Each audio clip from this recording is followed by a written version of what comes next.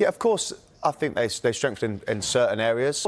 But I think that's a reflection of what happened at the weekend also with the Palace game. I think everybody was looking at that thinking, oh, Liverpool need to strengthen in the centre-back position. Ultimately, they've got the best centre-half in the league, pretty much in world football, Virgil van Dijk. The hub is Canate with 1 year to go. I think that's a tough one also. Do they want to go through that scenario that they've just had with Virgil and Mo Salah again? I'm not too sure. So if they can get someone else in and bolster that position, then look, I think they'll be solid. Then they are solid all over the pitch, and Liverpool are the team to beat. And clearly, look, going off what they did last year, yes, you can put a tick by their name that they was brilliant. But for me, they are the team to catch. Well, the voice note there said that the biggest challenge will be Manchester City and Arsenal. On Arsenal, they were the closest challengers last season. They've strengthened in attack. Noni Madueke has come in, but of course, Victor Gyökeres, that number 9, they've strengthened elsewhere as well, like Zubimendi, for instance, in their central midfield. Will those signings be enough to maybe take them above Liverpool? I think the biggest one has been highlighted, and it's Gyökeres, because he's come in and it's what Arsenal have been crying out for a while. Everybody's been saying if they get a number 9 in, then that can take them over the line to win the title.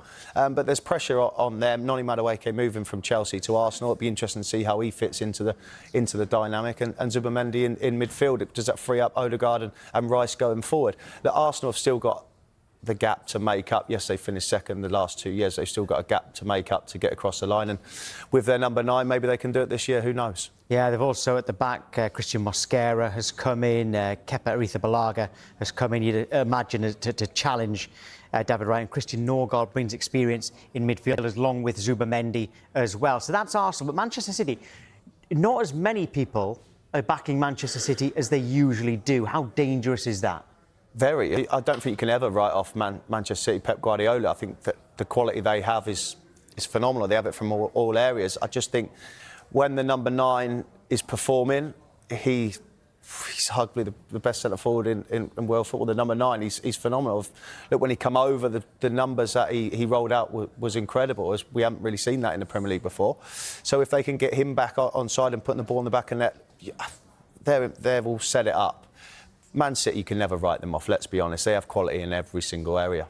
Well, we've been chatting. Shall we start the debate then and be joined by a couple of fans here? We've got Liverpool fanalist Montel Bowen and Arsenal fanalist Christian Ty. They join us now. Right, good morning to both of you. Montel, we better start with you. Make your case for why your team is going to win the league. Well, the really quick answer is that we are the reigning champions. And of course, in the Premier League era, Liverpool haven't retained the trophy before. But, you know, Liverpool, aka Big Business FC, because we've changed our ways now and finally invested in the club heavily, which is, again, something that we haven't seen maybe since like 17, 18, I'd say. I feel like this is the first time as a fan in a while we can say that big money has been invested. The expectations are heavy, but I feel like the players are relishing that now. I feel like the players like Florian Wirtz, Ekiteke, or Ekiteke is his actual name, but Ekiteke has he's come in, and you can see in pre-season what he's all about. You can see what Florian Wirtz is all about. And for me, I couldn't see why Liverpool shouldn't win the league. If we were able to do it the traditional way, you know, build the squad, you know, and win it without spending, then why can't we win it with flying colours while spending? And I know money doesn't equal, there isn't a direct correlation, but the expectations there now. And I think now that the players have won as well, they've got that winning mentality. Even the new players that have come in that haven't won anything from Liverpool per se, like, again, they have that winning mentality now. And winning trophies, I feel like, breeds that mentality to go and win more trophies. And why not? We got the king. Virgil's re-signed. You know, obviously, unfortunately, one Alex has left, but hopefully maybe in a few weeks, if we're lucky enough, another Alexander will join. So, yeah, you'll be hoping for that. Christian, are you not Big Business FC as well, though, at Arsenal?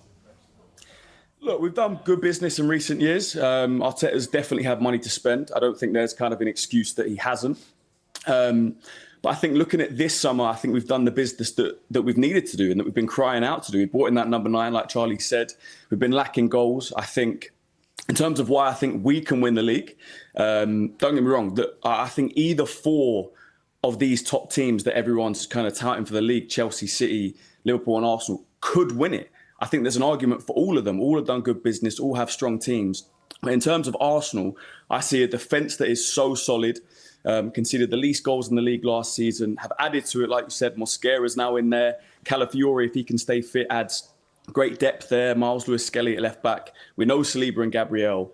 But we've added Zubimendi to that midfield, who I think is a quality player. I think he's going to unlock Declan Rice a little bit more. I think they'll play more in a double pivot. We saw it against Bilbao. I don't know if you guys caught the pre-season game last week, but it wasn't Declan Rice in a left 8 getting forward. It was kind of Declan Rice dropping between centre-backs at times. Zubimendi getting forward. We saw that for the assist for Gyökeres's goal. And Victor Gyökeres, the number 9, or number 14, should I say.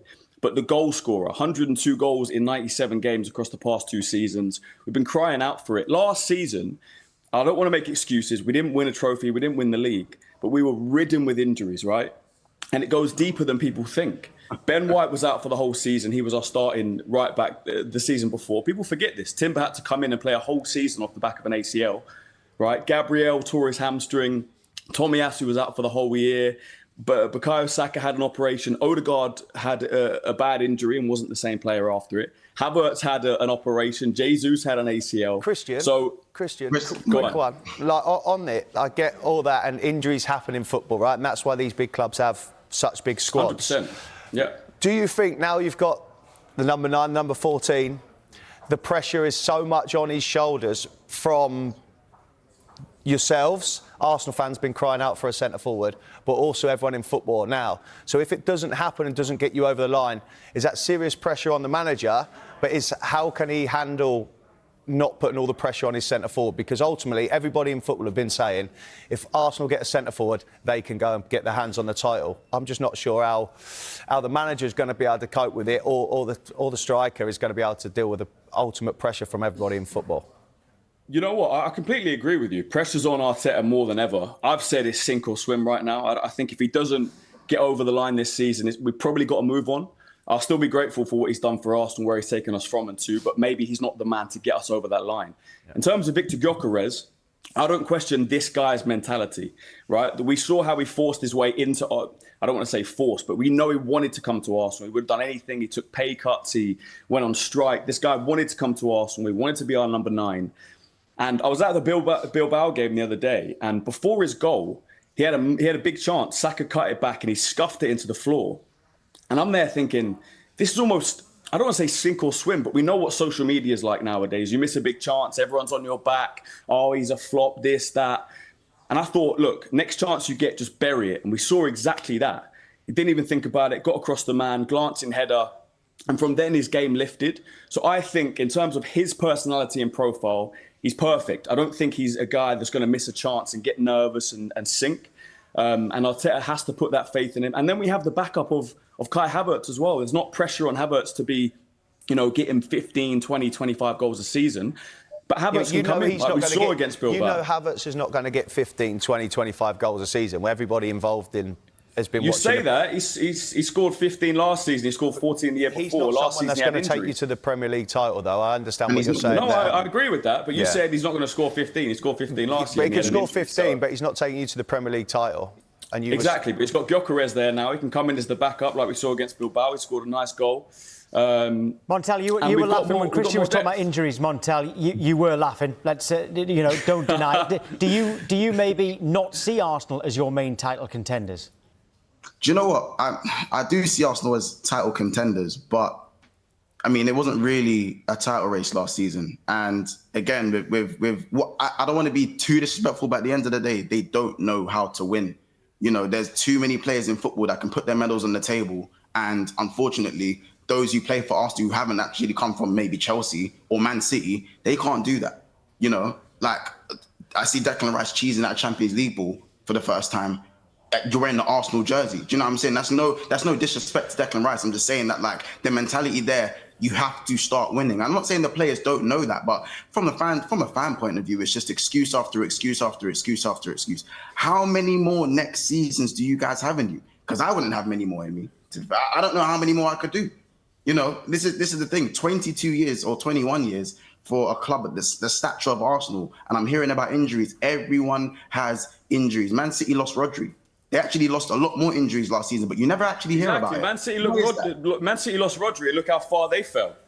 right? Yeah, but no one. I'm just saying. No one talks about. You don't hear City fans talking about that. You hear City fans saying. You don't hear City fans talking about. Again next I hear City fans talking about Rodri now. Rodri's out again now. He's now got another. Yeah, he's out again now. City fans are now pushing themselves down the lead because they've lost their main player. Right? When you lose key players in positions like this, it can make a big difference, right? I don't want to harp on about last season. We're in this season now. It starts tonight. I'm ready for it. I'm excited for it.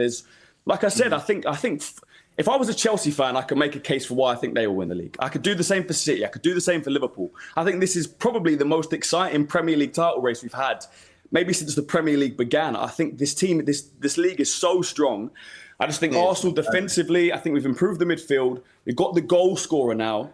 If Saka can stay fit, if key players can stay fit, which is a big if, because these guys are coming off hamstrings, they're coming off bad injuries. But I believe in this team. I think Mikel Arteta is a very, very good coach. I think to become that great coach, he needs to get something over the line. But what he did last season, like I said, with the season we had, we should have performed way lower to still get to a Champions League semi-final, second in the league. I don't think any team does that with the amount of injuries we had. I'm not trying to make excuses. It wasn't good enough. We didn't win anything. I understand that. Right? I'm not saying we are. I'm just saying if we can stay injury free, keep our key players fit, if we then bolster in January as well, which we didn't do last year, which let us down, which people forget, right? Arteta was crying out for attacking players. He was in press conferences saying, we need more goals, we need more threat going forward. I don't know who it is. I don't know if it was the board. Obviously, hold on, Christian. Wasn't in by then. But we didn't help him in January. So, but what happened to those two things combined in terms of injuries and not doing anything in January really hurt us. Like I said, no excuses. Now is a fresh season, and everyone's going to see what Arsenal are about. You've said no excuses after making excuses about last season. I feel like if the season goes the same way, maybe excuses, not. It was just facts about our season. I understand. So how can I make excuses now? The season's done. All right, facts, excuses, whatever you want to call it. Like for me, I just think winners win and losers explain. And I'm always hearing explanations as to why this doesn't work and why this doesn't work. At the end of the day, I understand you did have injuries and it did impact parts of your season. There's no way you should be going to PSG and Mika Marino up front. I can understand situations like that. But at the same time, there is... When Gabriel was our best player. Yeah, I understand that as well. But you also have to understand that you can coach. Like for me, Arteta's style of coaching is starving the attackers of expressing themselves. Saka, who I think is an unbelievable player, is becoming more robotic by the day. It's so robotic. You're talking about the positives of preseason of Gyökeres's one-headed goal. What about the Tottenham performance? It was dry. What about the Villarreal performance? It was crusty. The actual style of play is draining the creativity out of attackers. Odegaard, for me, is a top player, and I'm one of the few rival fans that actually rate him. That actually speaks very highly of a player like that, and he's spinning around like they used to describe Dani Ceballos when he was at your club. Why? Because the manager hasn't given him, for me, the freedom to do what he should be doing, and when everyone was absolutely petrified of you guys in 2023, because the players were allowed to express themselves. So regardless of bringing in the right players, we finally getting a 9, getting Noni Madueke, and again, that one's controversial. All of these things, you can talk about that, but is Arteta going to allow them to express themselves? Is it going to be hoofball? Is it going to be RPG football? Is it going to be what are we actually going to see you play the ball through the lines and supply the players that need to be supplied? Or is it just going to be fossil football? Again, this is... Fossil football. I actually hear what you're saying. That is a bit harsh. I hear what you're saying. I do think at times last year, it was quite methodical. It was quite... almost playing the percentages rather than playing the risk. We saw it with Declan Rice's free kick. He was told to cross that against Real Madrid, whereas he went for the shot and scored. Perfect example, yeah. I know what you mean, but then when you come up against low blocks every week, what are you supposed to do? If you're not exposing yourself at the back and leaving gaps for teams to attack you and they're sitting on the edge of their box, how are you meant to try and play in behind or play the ball through the lines? Yeah, but Christian, that's where your better players, your attacking players break that down. That's where you spend the money at the top end of the pitch to win games. But then, Charlie, if we had Mikel Marino up front for most of the last season, what are we meant to do? Odegaard was way off it. The left wing we know has been a problem, right? Saka came back from a hamstring injury. So if you're talking about us going forward last year, our captain, was nowhere near it. Saka had a bad injury. But that's why we have Gabriel Jesus and Havertz were out. That's why everyone has big squads and tries to bring in players. So when someone is injured, didn't have a big you squad have that last replacement. And tweaks in system, because there's also tweaking the system, not just keeping it the same as well. There's tweaking the system. Both clubs have strengthened in order to help that this season. Lads, you've made my job very easy this morning because I just sat there and listened to you. It was like I was sitting at home and watching. Thanks very much to both of you. Good luck to both of you, and maybe you can carry on this argument off screen.